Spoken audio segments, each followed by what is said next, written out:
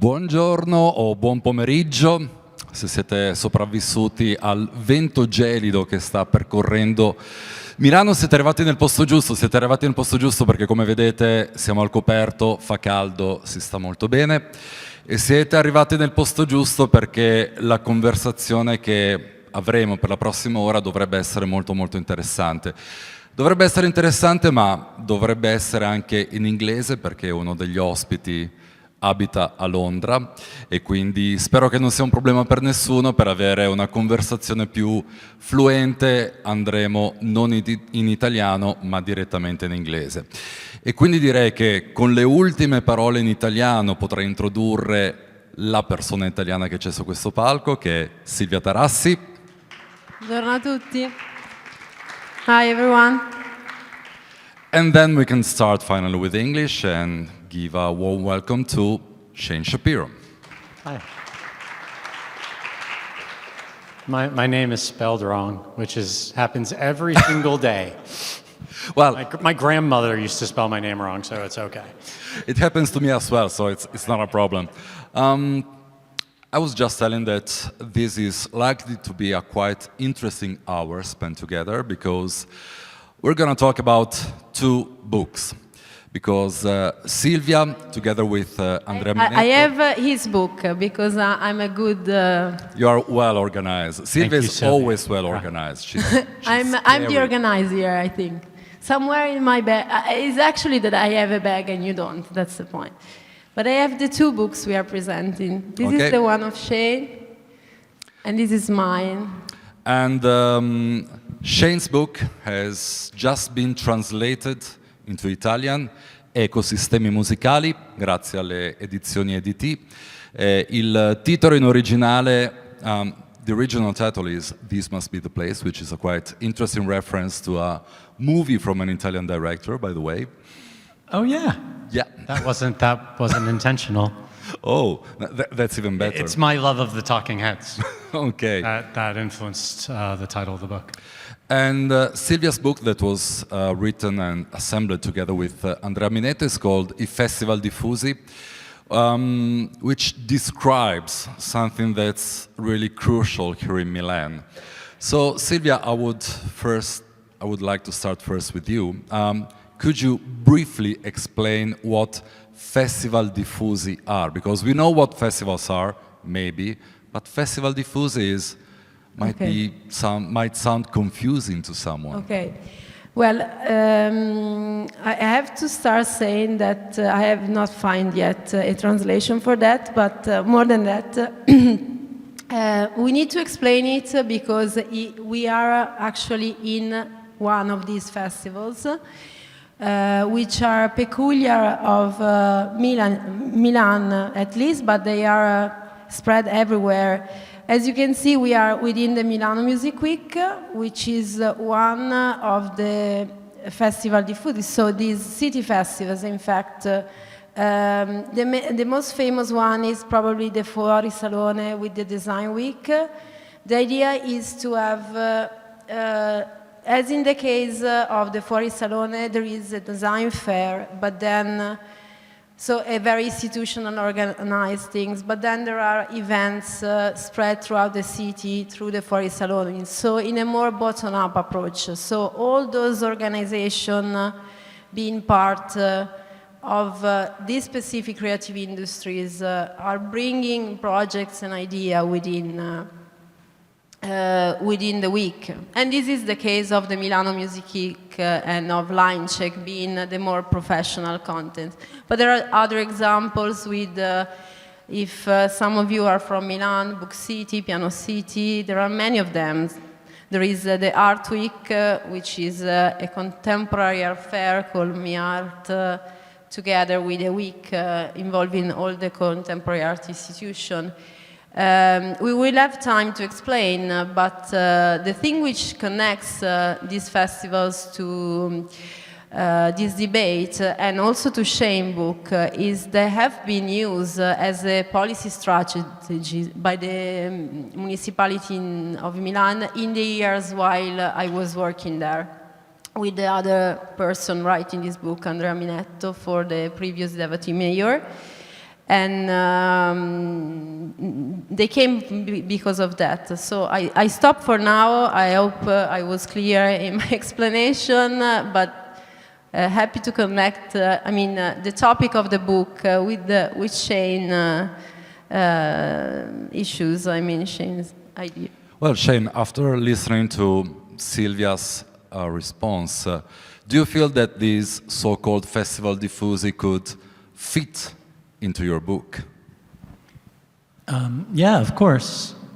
Wow, this is amazing that so many people have come, so thank you so much. This is very meaningful. Having a book in Italian is pretty cool. For me, how cities can maximize the role that music plays is through being deliberate and intentional about what it's doing and why it's doing it. And a lot of cities do a lot of different things. They'll invest in or support festivals, which is the easiest way because we can all see festivals. We can't see recorded music. We can touch it, but we can't see it in that sense, and it's harder to invest in things we can't see.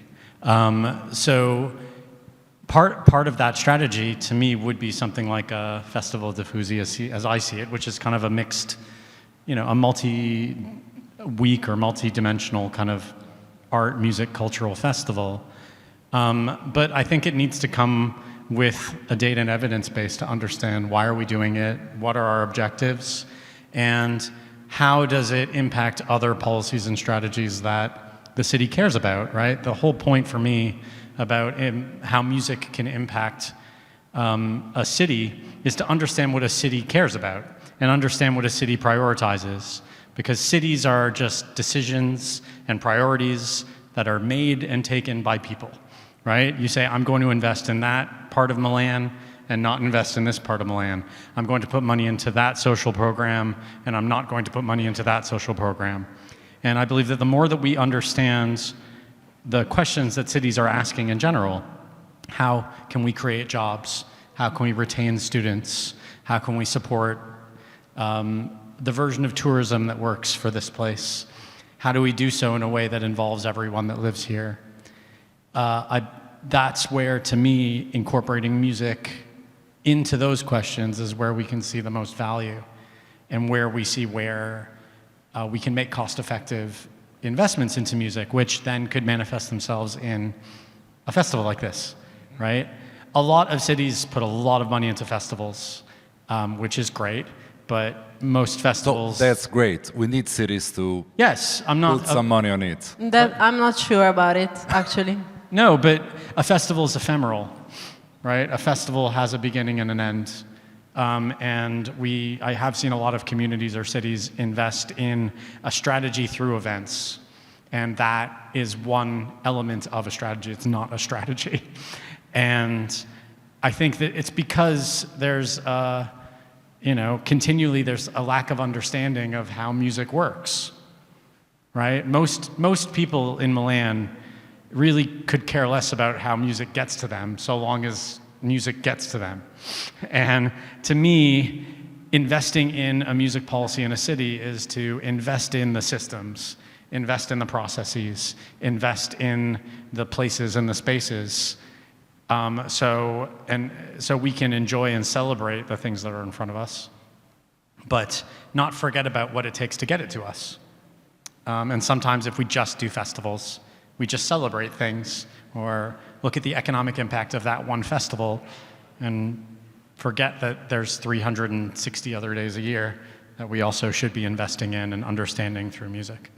And also that behind a festival there are several jobs, there are several things to do that tend to be ignored. But Silvia, it was quite interesting, you were saying it's not always good that cities throw money on festivals.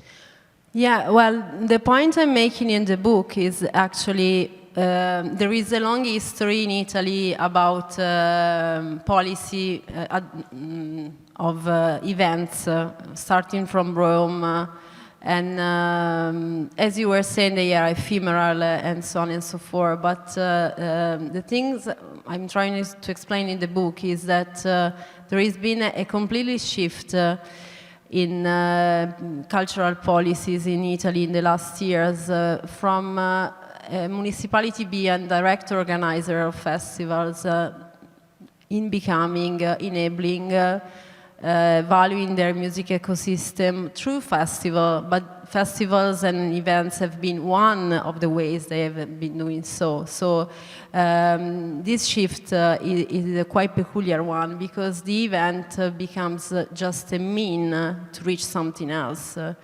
It becomes a mean to map in the city. Like when we started the Milano Music Week, it was enormous work of mapping. It is a way, and this is something that I like to say here, because I was discussing with some people working in Castello Sforzesco, which is a civic museum, so it is directly managed by the municipality of Milano.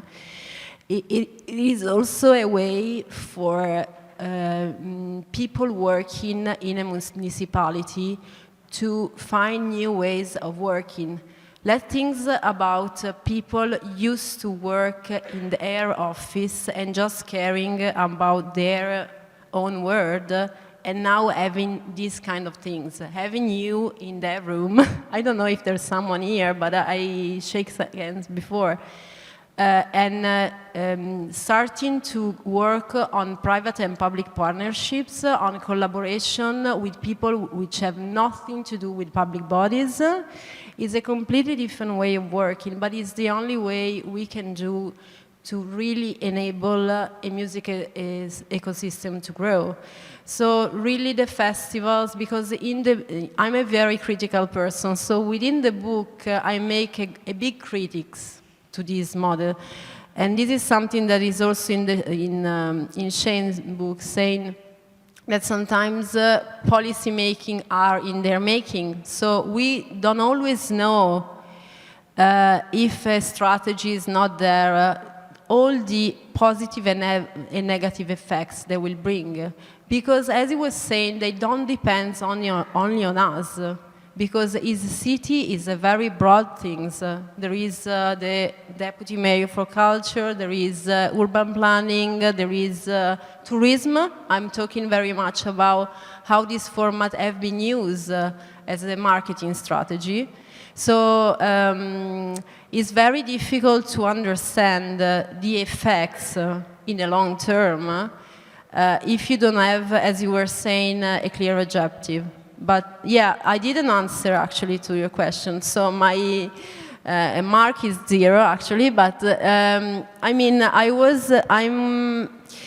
I'm positive about funding festival. Actually, my job is evaluating festival, asking for grants. So my answer has to be yes.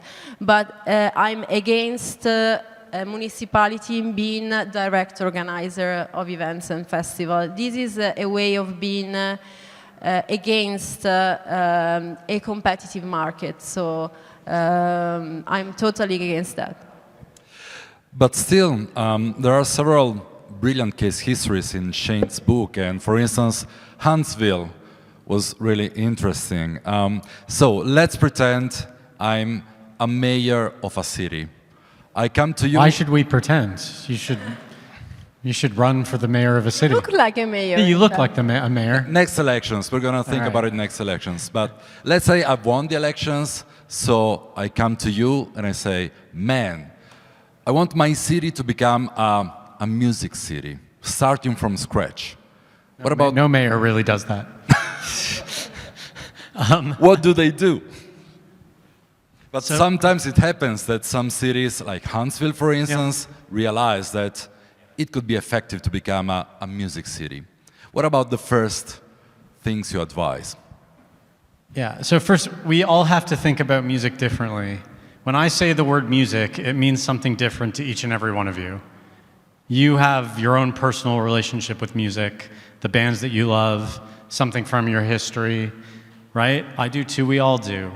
But that is not what I'm talking about, okay? So we have to think about music collectively, the role that music plays across an entire city without thinking about genre, without thinking about discipline, because we all make decisions based on what we like. And if you make a decision based on what you like, it is not an equitable decision. You're automatically cutting someone or something out.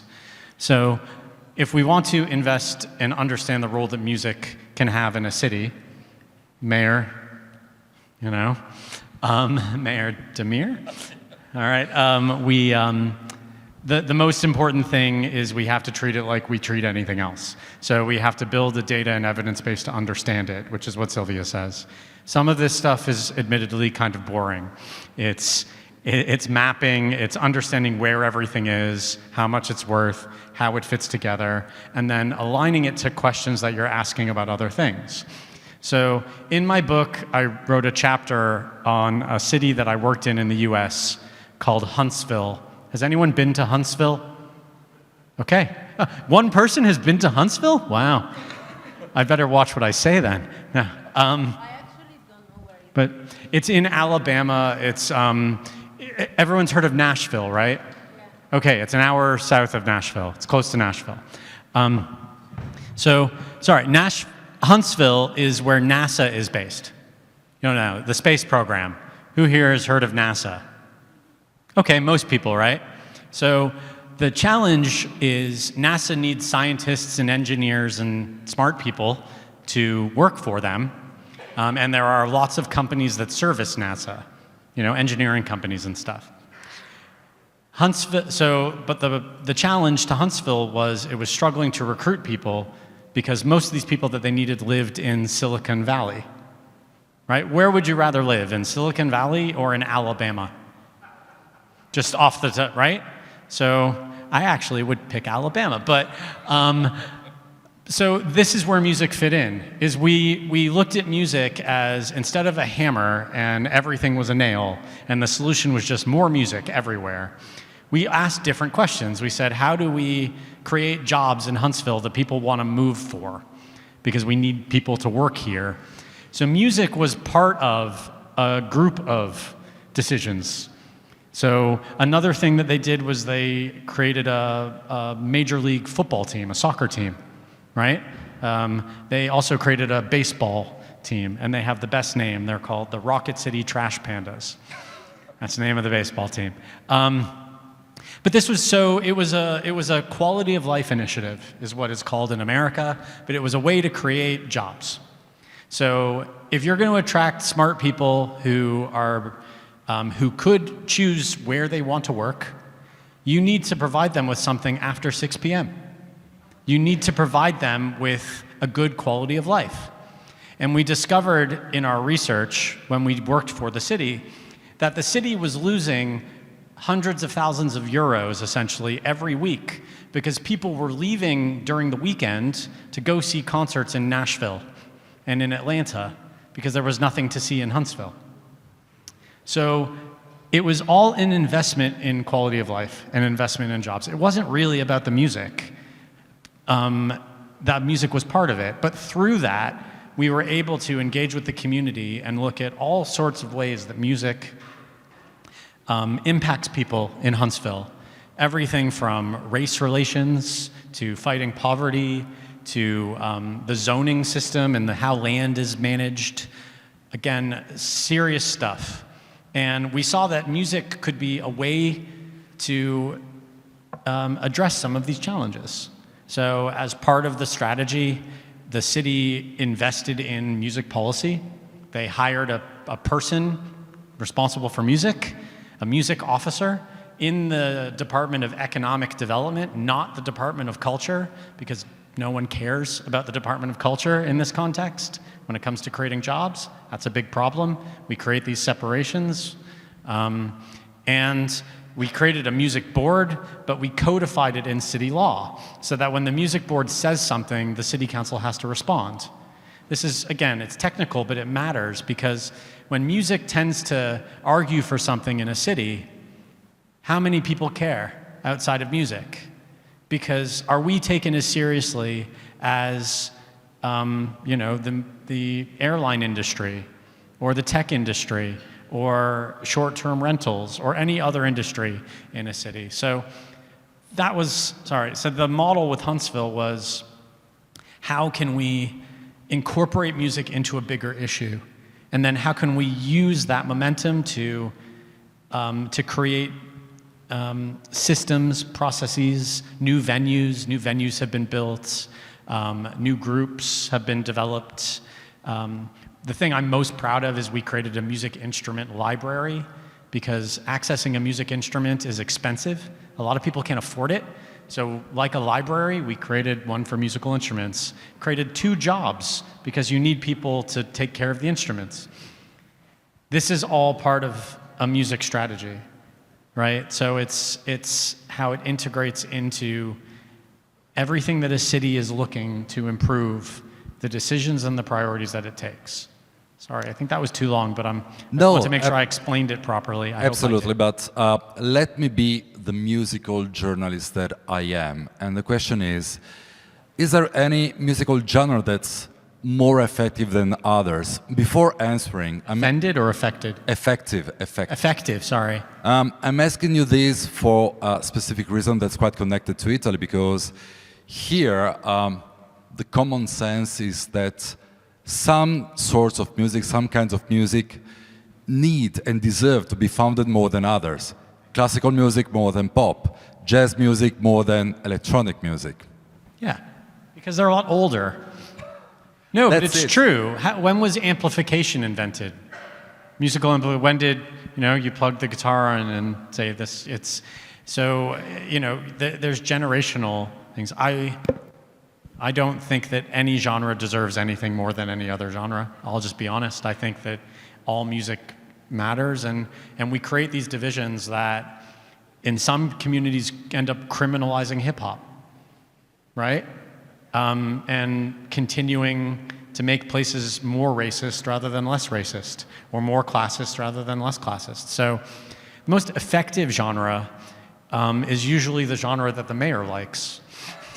I'll be honest, in terms of getting something done. Well, just like in Italy, same Yeah, but, unfortunately, that's the way it is. But if a policy is prioritizing certain genres, it is not going to work over time. It's classical music deserves support, hip-hop deserves support. I use the word support very loosely. There's different ways of doing that. But jazz and so on. A genre is just this weird... it's the way that we have been trained to buy music, right? But it's a construct. We have all accepted these things to be true, and then we make decisions based on them. That jazz is a thing, that blues is a thing. Yes, socially, culturally, it's a thing, but from a funding perspective and an investment perspective of how we can make our cities better, music is music is music is music. That's it. Right? There is someone who loves something everywhere, right?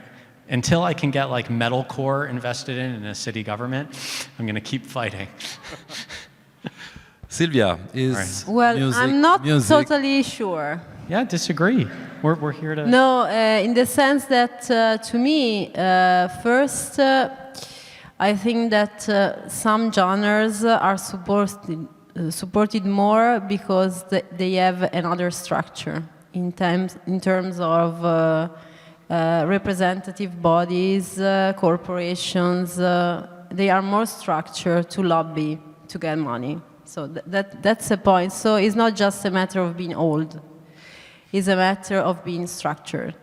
And having unions saying that these people have to be paid in a certain way, while in other areas all workers are precarious, for example, and so on and so forth. And then I was impressed about what you said about your case, because in fact, if we take this economic approach, which is the one maybe you have heard about Richard Florida creative cities, we just need a culture, not as for the art's sake, but we need it just to attract people who want to have a good quality of life. Quality citizens, not just people. Yeah, talented people, creative people, and so on and so forth. So, regarding genres, if we really want to attract these people, maybe there are other kind of genres we should be more interested to them. So more like contemporary and pop kind of music. If we take it only from an economic point of view, because that was the point the municipality was making at the very beginning, if it's a matter of attracting people, attracting investment.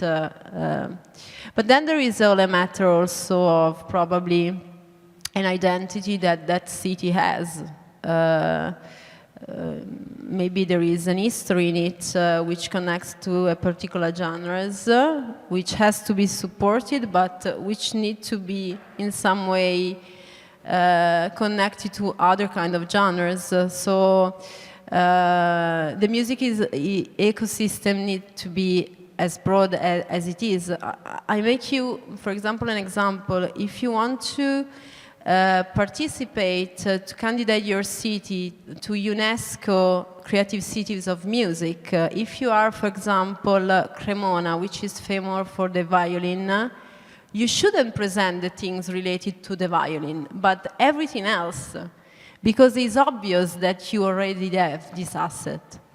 So this is the thing that I think each city should promote in any genre. So I'll tell an analogy of how I hope we think about music. And it's not culture over here, economy over here. I'm not saying we just invest in music to invest as an investment, to attract people, to make money. Yes, but also we need to support music as art and culture and human expression. We have these, again, we create these barriers for no reason. But think of this. So I'm sure everyone had a glass of water today, right? Okay, if you didn't, you gotta drink more water. It's very important. But when we drink water in Milan, or when I drink it in London, you're probably not thinking about everything that went into making that moment happen for that moment to happen, right? Clean water is incredibly complicated. It doesn't just get to us. It requires a whole host of infrastructure, right, to get to us and be clean. But you don't think about it when you're drinking the water. You're just drinking the water. And I think the exact same thing happens in most of our minds, not just everyone in the room, but everyone, when we're thinking, when we're listening to a song, or we're at a gig. I call it the ignorance of ubiquity, right? We're kind of ignorant to how ubiquitous music is. Music is literally everywhere all the time. So we just think it's always going to be everywhere all the time. Because clean water is only important, and you only notice it when you don't have it. What we need to do is better understand how music gets to us and the value that it brings. So it's the jobs that facilitate the festivals. It's the skills that we learn to play instruments or run recording studios or create tech companies. But it's also music's role in our mental health. It's music's role as, as a well-being tool, right? I'm sure no one here has ever exercised without music. And if you have, you're crazy. Maybe a podcast, I'll give you that. But we don't think about music that way. We talk about genre. We talk about this festival or that festival. We talk about prioritizing things based on these constructs that we've created that we can change. But we don't think about music as infrastructure. We don't think about music as an ecosystem, which I guess is the title of my Italian book. If we thought of it that way, think of all the questions that music can help answer. How can we create students that go to school more and stay out of school less? How can we create a society that we can talk to each other despite how we look or what language we speak? And there's economic, social, and cultural benefits to all of that. And that's what my book is about, really. I tell it from the position of cities, but for me, it's if we take music seriously, truly seriously, then we'll stop ignoring the ubiquity, and we'll start recognizing it. And if we start recognizing it, then we can invest in it. And that means more Milano Music Weeks, or more Festival Diffusis, but also just more engagement of music in our communities, which I hope is more jobs, but also more people accessing music therapists, or music in nursing homes, or so on and so forth. So That's what I mean by music, and why I'm so incredibly passionate about it, because I think it's this incredible tool to solve a lot of problems if we see it that way and see it as an ecosystem. Silvia, I loved how you stressed the importance of mapping before doing or before establishing proper policies. And you've done a great work in mapping Milan. Now you're mapping the festival ecosystem all over Italy. And a silly question, but maybe not that silly, is why Milan? So, I mean, this ecosystem of this city is working so well with Festival Diffusi, but there are no proper festivals here.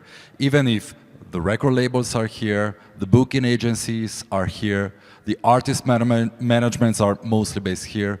How come? How is that possible? Well, in the book, I talk about, I don't want to talk only about Milan. I want to be a bit more broad, but I think this city has something peculiar that I try to, at least to describe in the book. In the fact that from a regulatory point of view, policy making, economic, social, fundraising, so also charities, there is a system, but it's done in a specific way. Milan is a laissez-faire city, so as a system where there's the city could do, I'm not in the right place to say it, but without any public body. I mean, in the sense that it's extremely, the private sector is extremely, is working very much and is doing without that effort. But at the same time, without having something enabling and coordinating it, is doing it in a very competitive and confusing and fragmented way. And that's a way to answer to your question, why there is not a big festival and why there are this kind of festival, which are using, as I was saying, a very bottom-up approach. So are really coming from its city itself, from all the organizer, all the producer, all the industry of the city. And I think there's also a matter of infrastructure, because in the times when I've been working for the municipality, there is a lack of venues, as we know, and also for big festival, there is a lack of spaces, being as such concentrated cities, where you don't have citizens, because this happened to me, shouting against you if you want to bring a festival in their neighborhood, which is an issue. And for all this sort of reason, I think that it would be impossible to have a big festival. There have been, Damir knows better than me, so many attempts, but they have never managed to succeed fully, let's say. I don't know if this is an answer, actually. Yes, it is indeed. Do you want to add something on this? I don't really know very much about Milan. What about your impressions? Not knowing the city. I've been here about 90 minutes. It's a big city. Big cities are complicated. So it's very, very hard to have singular solutions, especially that work across multiple districts, like New York or like London or Amsterdam or, big cities, big global, like, or Berlin. So it's always, when I was working in London, working as a consultant in the mayor's office, we tried to just solve one problem at a time, right? And they were usually regulatory issues. So, but if the private sector is doing so well here, that's fantastic, No, but in fact, because I'm in good contact with London, the colleagues you have been working with in London. I have been working very much on regulatory issues, because I think are the basic permits and regulation are the first way in which you can enable any private organizer. So I'm totally sure about it. But as also Shain was saying, it's probably maybe because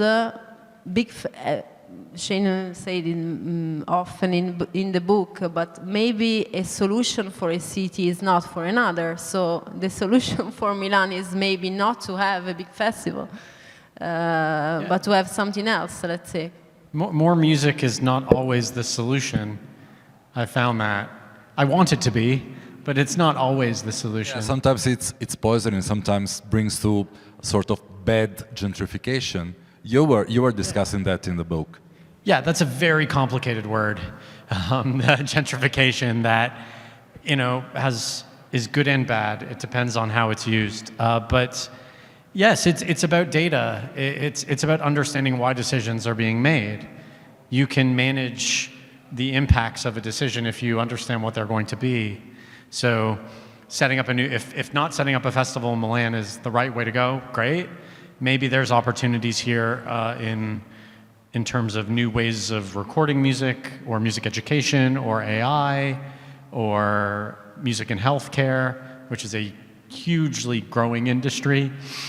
It is, or other sides of the sector, right? Or music supervision, publishing, whatever.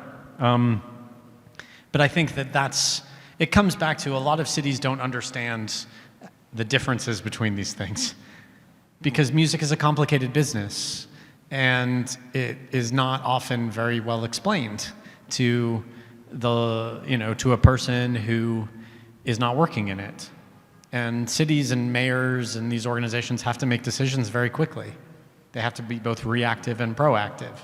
And if they don't have the data to be proactive, then they're often negatively reactive. And that leads to a lot of bad permitting and policy and issues with noise or sound and things like that, which exist everywhere, especially in old cities with infrastructure or buildings that were built 100 years ago. Silvia, are institutions here getting quicker? What do you mean by quicker? Because Shain said that they have to be proactive, Proactive. have to be quick.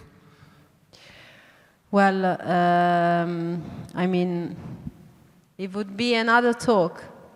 It would be another talk.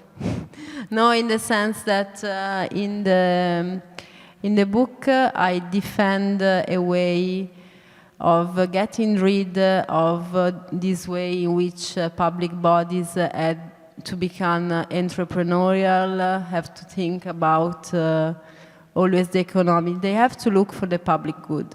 And if there is need for time to take a decision, let them take time. I don't know, which doesn't mean that the permits has to be in 30 days, but sometimes there's always this request about a rush, and rush is not working always that much. But this would be another talk about the entrepreneurialism of our public organization, which are bringing us and policy city leaders to a crash. But let's talk it somewhere else.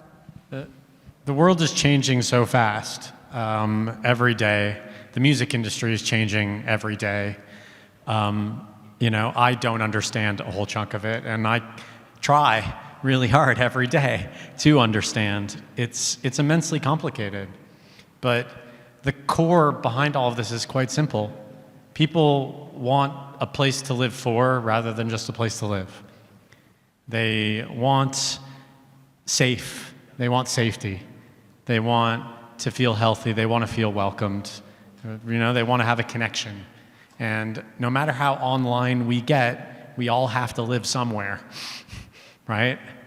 So I do believe that if we understand that music is this tool that can highlight a lot of the good in our communities at a time when we need to do that, whilst also addressing the challenges that we face, right? We are all facing a climate emergency, right? I'm sure you saw what happened in Valencia and many other parts of the world. We need to continue to improve gender equality. We need to continue to create positive arrangements for migration, because that's not going away. Like, to me, in our cities, which is where the decisions that are taken that impact all of us the most, right? From when your rubbish is taken out once a week to having pavements that are paved, all these things that matter every day. I feel that music can be this terrific tool that can help us rethink things for the better, so that we're more inclusive, so that we're more equitable, so that hopefully we build a more caring sense of place in a world where we have to do that and actively fight against that right now. So I'm like, I feel more as an activist than I ever did, even though I'm not. I'm a pragmatist. But if we incorporate music more into the core frameworks of Milan or the core frameworks of our cities, I truly believe that we will make cities that will be better to live in. Well, actually, we've run out of time, even though I feel that we just scratched the surface of all the topics, but still, I feel it was a good conversation. Let me end with a quick question. What's the best music ecosystem you've met so far? What city? What city? Or geographic area? They just suddenly changed my spelling. Thank you. That's funny. Proactive, as you can see. I don't like answering this question because there is no shining beacon on a hill that we can point towards and go, we need to be like them. It just doesn't exist. And there has been a world where we all want to be like Nashville or like Austin in the US, or we all want to be UNESCO cities of music. Or Berlin. Or Berlin because of Amsterdam. techno, or Amsterdam because of electronic music, whatever. All of these cities have done amazing things and they all have challenges. So it's a, I'm not trying to dodge the question, but I don't think there is a city that has done everything right. Even Huntsville has not done everything right. And heck, I haven't done everything right. So, I think we have to be honest about that. And Milan should do what's right for Milan. And whatever city you guys come from, if you don't come from Milan. So I hope, but, if you're interested, as we always say, the book will provide, I hope, quite a lot of insight and interest. And it's available for sale at the back, and I'll happily sign it if you buy it. So Silvia, Shain was damn diplomatic. What about you? No, I'm more honest. I don't know how to answer, actually. All right. No, the fact is that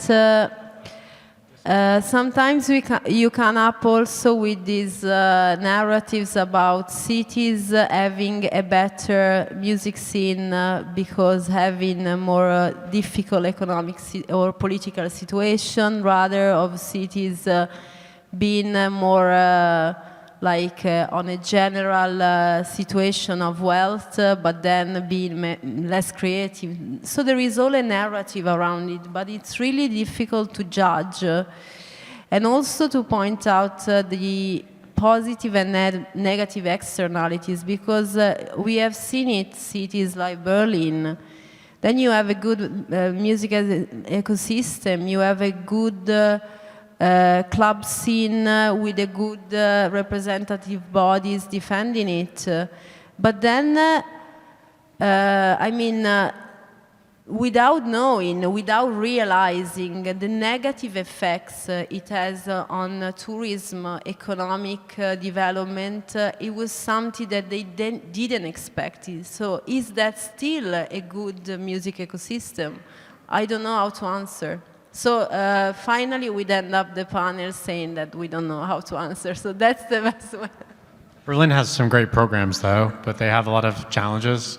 They dedicate 300,000 euros a year to venues to soundproof and improve their facilities. That's a really good program. The club commission is really good. There's lots of positives tons of positives in Berlin, and the fact that they have incorporated music into the planning policy there, which is a massive deal.